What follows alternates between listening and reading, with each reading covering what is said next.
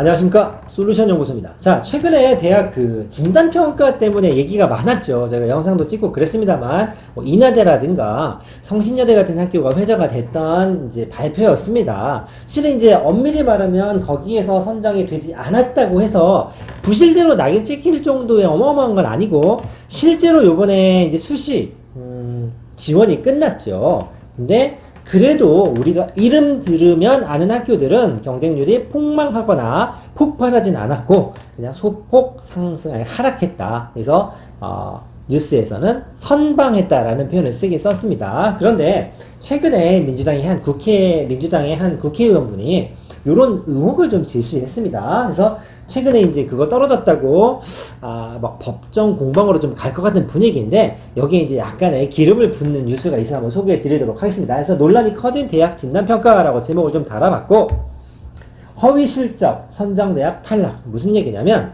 실제로 선정이 된 학교죠. 실은 우리가 포커스가 맞춰져 있는 게 떨어진 학교, 이 학교 왜 떨어졌을까? 야, 떨어질만 하다. 이런 학교 떨어진 건 말이 안 된다. 이런 갑론을박이 있었는데, 그 포인트가 아니라, 야, 이미 선정이 됐는데, 알고 보니 구라친 거였어. 떨어질 수도 있겠어. 이런 학교가 생길 수도 있다는 얘기입니다. 물론, 안 될 가능성이 되게 높다고 저는 생각합니다만, 그럴 수도 있다. 뭐냐? 국민권익위원회라고 하는 특별감사라는 게 있습니다. 모든 대학을 한 건 아닙니다. 자, 다시 한번 설명하지만, 진단평가는 모든 대학교를 교육부가 1번부터 끝번까지 조사한 게 아닙니다. 야, 우리가 이런 거 평가해 줄 건데 평가 받고 싶은 학교 손들어. 그리고 평가 잘 나오면 돈 줄게. 이런 시스템이었죠. 그래서 실제로 손을 들지 않은 학교도 있었죠. 떨어질 것 같으면 안 갔을 수도 있고요. 근데 손 든 학교 중에서 한 52개 정도가 불합격 판정을 받았다 이겁니다. 근데 여기는 뭐냐면 감사입니다. 감사.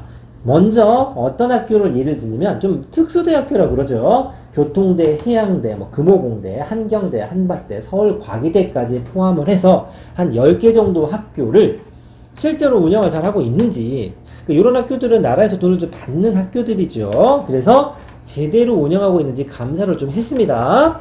자, 그게 뭐냐면 기본 역량 진단 평가에 앞서서 특별감사를 통해 적발된 허위실적 대학이 선정이 됐고, 허위실적이 그대로 인정된 거다. 자, 무슨 얘기냐면 여기 보겠습니다. 여기 파란색으로 제가 적어놨죠. 교육과정과 융합교육, 지역산업. 실은 교육부에서는 우리랑 좀 평가 항목이 달라.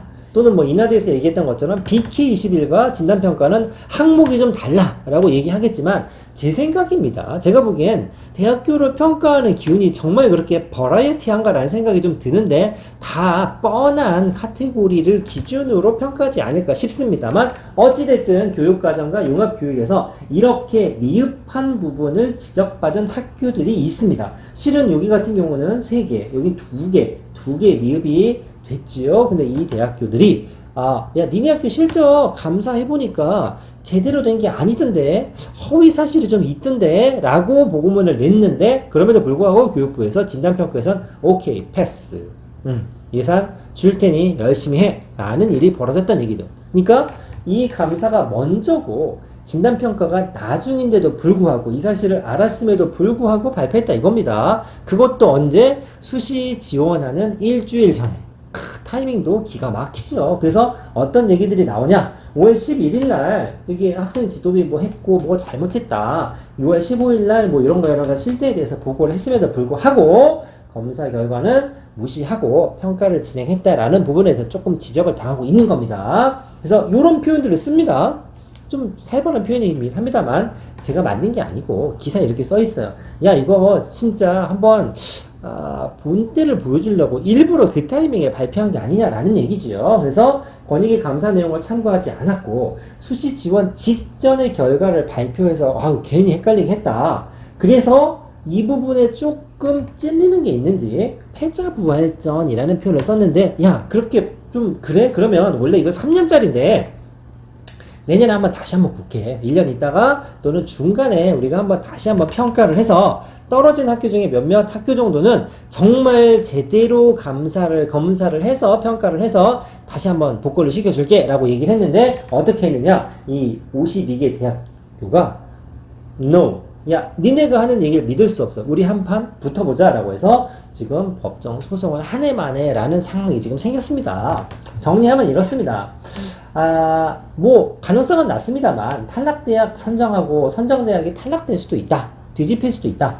그리고 뭐, 인하대나 성신여대가 자꾸 회자가 되는데, 실제 올해 경쟁률이 요 발표 때문에 어마어마하게 영향을 미치지 않았다. 저희가 한번 이 수시 지원이 끝났기 때문에, 학교별로 수시 경쟁률 한번 정리해 보도록 하겠고, 탈락 대학들이 패자부활전 카드도 거절하고, 행정소송을 좀 해보겠다라고 하는데, 이렇다 보니, 야, 이 평가 자체가 신뢰할 만한 거냐? 실은 이 평가의 신뢰도 자체가, 어느 정도는 신뢰도를 좀 잃지 않았나? 라는 평들도 되게 많습니다. 자, 요거는 이제 정제적으로 평가죠.